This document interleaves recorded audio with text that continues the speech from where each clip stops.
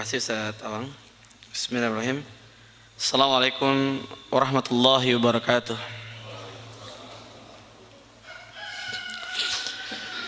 Alhamdulillahi rabbil alamin alladzi anzala as-sakinata fi qulubil mu'minin liyazdadu imanan ma'a imanihim. Asyhadu an la ilaha illallah wahdahu la syarika lah wa asyhadu anna Muhammadan abduhu wa rasuluh la nabiyya ba'd.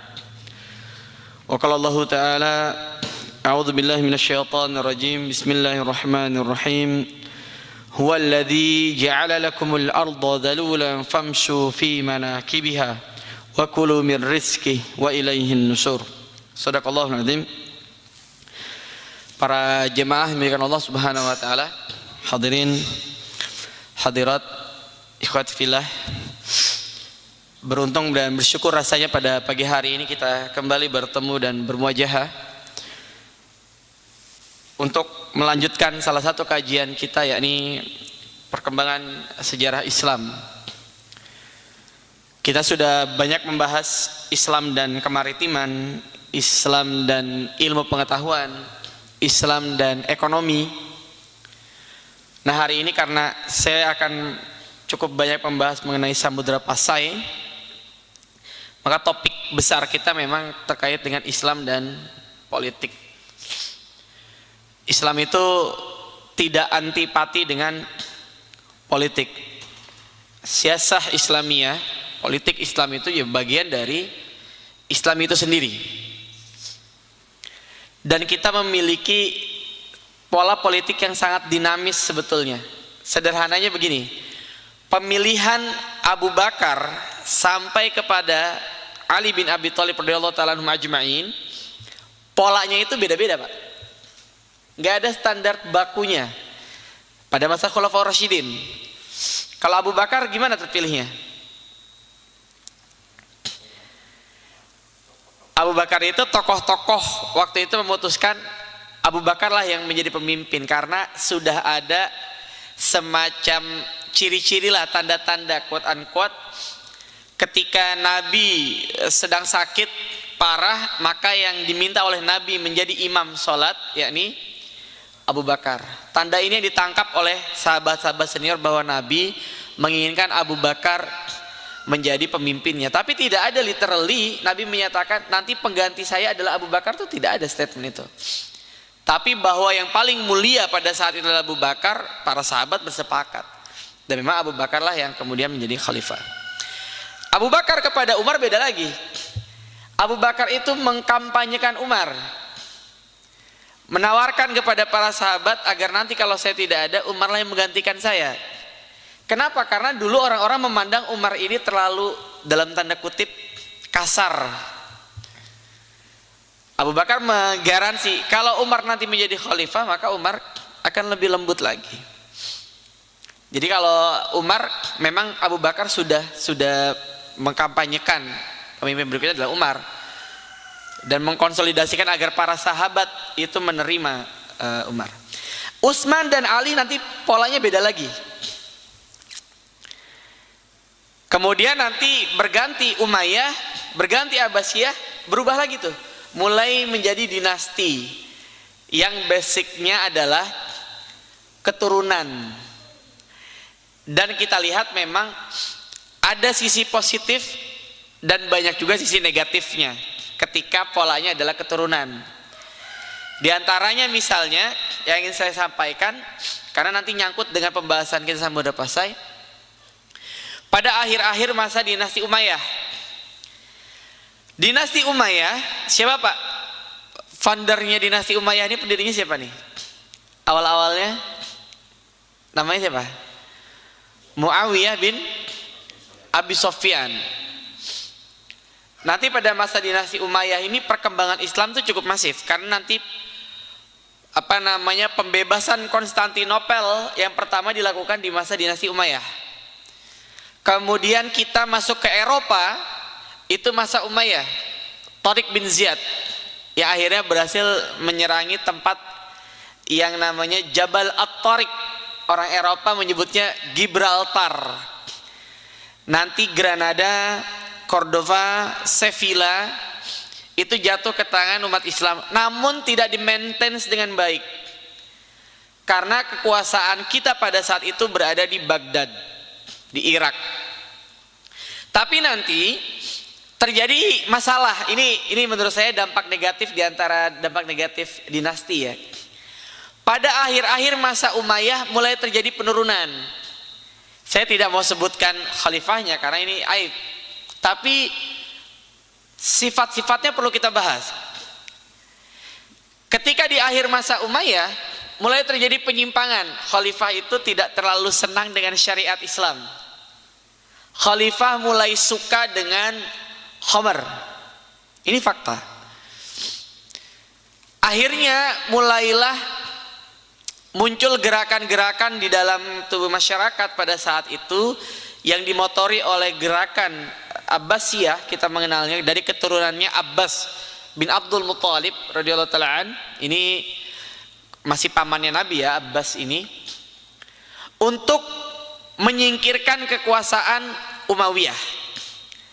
Sampai akhirnya dibunuhlah seluruh penguasa keturunan dari dinasti Umayyah, yang nanti kemudian selamat. Sebetulnya awalnya ada dua orang plus satu pembantu namanya Abdurrahman dan adiknya, yang kemudian dikejar-kejar oleh Abbasiyah ini.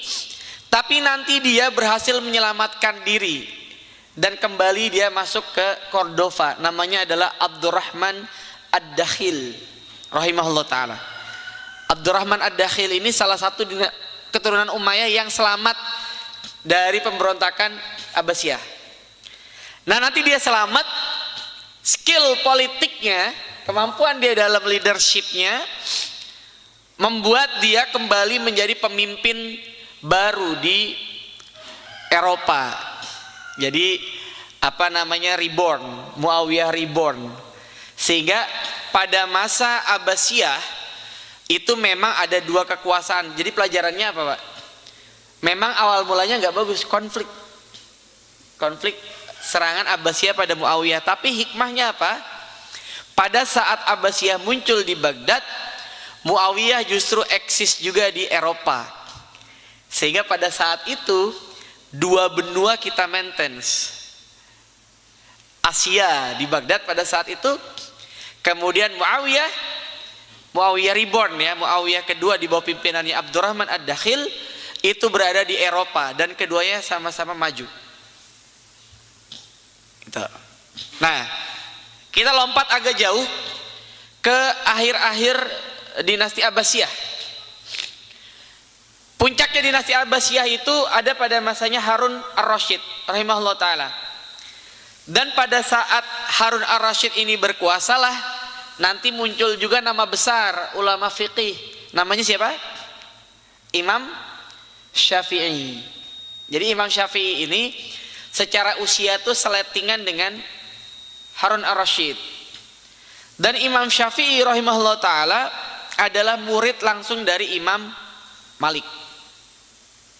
Jadi Imam Syafi'i ini murid Imam Malik Pak. Ketika Imam Syafi'i muda itu berkunjung ke Madinah, kemudian bertemu dengan pembantunya Imam Malik, dan dia berkata saya mau belajar pada Imam Malik. Imam Malik bilang apa Pak? Lewat pembantunya Imam Malik bilang, siapa itu? Idris namanya, Idris Asy-Syafi'i. Mau ngapain dia?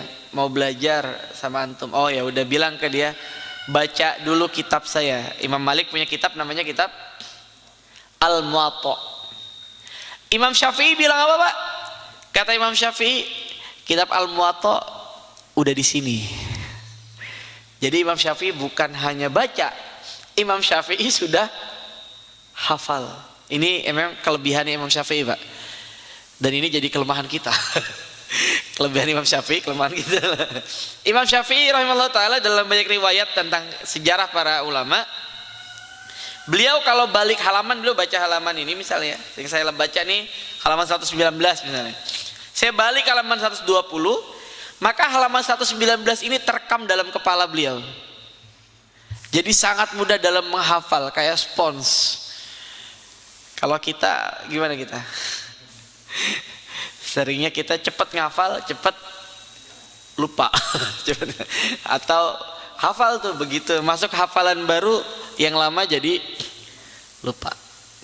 Nah ini diantara kelebihannya Imam Syafi'i. Tapi kita lihat banyak perbedaan pendapat antara Imam Syafi'i dengan Imam Malik. Tapi inilah ulama, ini pelajaran pertama yang saya mau ambil. Walaupun Imam Syafi'i muridnya Imam Malik, tidak kemudian Imam Syafi'i mengikuti seluruh pendapat Imam Malik. Buktinya apa? Imam Syafi'i tidak menjadi pengikut Maliki. Imam Syafi'i justru kemudian dikenal sebagai pengusung mazhab baru yang kita kenal dengan istilah mazhab Syafi'i. Yang pertama, jadi bisa saja terjadi perbedaan murid dengan guru, biasa saja.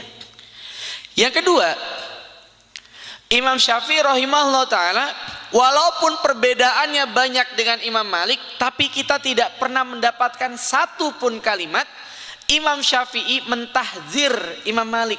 Nggak ada tuh Pak judusnya. Imam Syafi'i kemudian menyerang pribadinya Imam Malik. Imam Syafi'i kemudian menyerang personality, kemudian membuat isu, misalnya majelisnya Imam Malik begini dan begitu, jelek dan seterusnya misalnya. Nggak ada. Perbedaan beliau dengan Imam Malik murni pada masalah yang sifatnya intelektual. Diskusinya diskusi intelektual. Ini pelajaran buat kita. Jangan sampai hanya karena satu dua hal yang kita berbeda pendapat, misal dengan orang lain, dengan seorang ustadz, dengan seorang kiai dan seterusnya, kemudian gampang kita mentahzir beliau, gampang kita kemudian memojokkan beliau, apalagi na'udzubillah min zalik sampai pada derajat takfiri, mengkafirkan. Ini yang saya selalu kritik. Dulu para ulama kita itu mengislamkan orang, Mbak. Susah-susah orang dari kafir masuk Islam. Sekarang ada orang-orang yang sudah Islam dikafir-kafirin. Ini kan kebalik gitu. Orang kalau mau produktif memasukkan ke Islam, ini yang udah Islam dikafir-kafirin. Nauzubillah min dzalik. Tapi fenomena ini ada. Kelompok takfiri ada. Kelompok tahzir ada. Para jemaah Allah Subhanahu wa taala. Nah, saya ingin masuk dari situ. Ada satu catatan ternyata di masa dinasti Umayyah, ketika Umar bin Abdul Aziz berkuasa, Umar bin Abdul Aziz itu juga mengirimkan banyak sekali surat kepada pemimpin-pemimpin yang bisa diakses. Ternyata salah satu penerima surat itu siapa, Pak? Adalah raja di kerajaan Sriwijaya. Jadi memang dulu kita punya dua kerajaan besar. Kerajaan Kutai di Kalimantan, Sriwijaya di Palembang. Satu lagi yang di Jawa mungkin adalah Majapahit. Mereka tiga kerajaan ini beda-beda tuh, Pak. Kalau Kutai ini apa? Hindu atau Buddha? Kutai ini Hindu. Saya pernah ngasih soal ke murid saya dulu. Kalau Sriwijaya ini Hindu atau Buddha? Buddha. Pusatnya di mana? Palembang. Pertanyaan saya begini, ada dua pertanyaan saya. Yang pertama, kalau Sriwijaya ini kerajaan Buddha dan kerajaan Buddha terbesar, ya, mengapa Palembang hari ini mayoritas bukan orang Buddha? Yang kedua, kalau kerajaan Buddha, Sriwijaya ini kerajaan Buddha terbesar, mengapa justru candi terbesar tidak ada di Palembang? Candi terbesar, candi Buddha terbesar ada di mana? Borobudur. Kenapa? Jawabannya yang pertama, memang ini agama elitis, tidak membumi. Makanya walaupun kerajaan Buddha tapi masyarakatnya tidak banyak tersentuh. Begitu nanti ada tawaran Islam, berbondong-bondonglah orang masuk Islam. Dan hari ini kita lihat Palembang, walaupun dulu peninggalan dari kerajaan Buddha, mayoritas hari ini adalah Muslim. Yang kedua, kalau berkenaan dengan candi, emang ini terjadi konflik. Candi Borobudur itu yang mendirikan namanya dinasti Sailendra. Sailendra ini Buddha. Nanti terjadi konflik. Dia udah bikin candi tuh. Borobudur itu didirikan oleh dinasti Sailendra. Nanti muncul kelompok baru namanya dinasti Sanjaya. Sanjaya ini Hindu. Mereka berperang, yang kemudian menang adalah Sanjaya. Kelompok Sailendra ini nanti kabur dari Jawa, kabur ke Palembang. Ketika mereka pergi, candinya nggak dibawa. Gitu, ribet lah bawa candi. Benar-benar tidak bawa. Nanti tidak digunakan oleh mereka karena nanti Sanjaya bikin candi baru. Prambanan dan sekitarnya itu. Kalau candi Buddha itu agak bulat ya. Candi Hindu itu agak lebih ramping, lebih pipih. Nah itu tidak terpakai. Makanya nanti Borobudur ketika pertama ditemukan itu pada masanya Raffles ketika Inggris berkuasa, dan itu ditemukan dalam bentuk gunung aslinya Pak. Karena nggak dipakai. Setelah Sailendra itu kabur ke Palembang dan mendirikan Sriwijaya, maka nggak dipakai candi ini, dan nanti ditemukan oleh Raffles ya ketika Inggris berkuasa di Indonesia sebentar. Raffles ini sangat senang dengan sejarah, dan salah satu penemuannya adalah Candi Borobudur itu. Nanti dari bentuk gunung jadilah candi. Nah ini jadi Umar bin Abdul Aziz pernah mengirimkan surat kepada Sriwijaya. Ini ada sejarawan sejarah Mesir namanya Fatimi. Beliau yang menuliskan itu tentang kisah surat-surat dari Umar bin Abdul Aziz kepada raja-raja sekitar.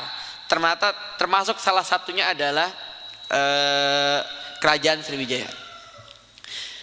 Abad ke-12 akhir, politiknya Abbasiyah ini mulai mengalami penurunan, Pak. Abad ke-12 akhir politik Abbasiyah itu mulai mengalami penurunan.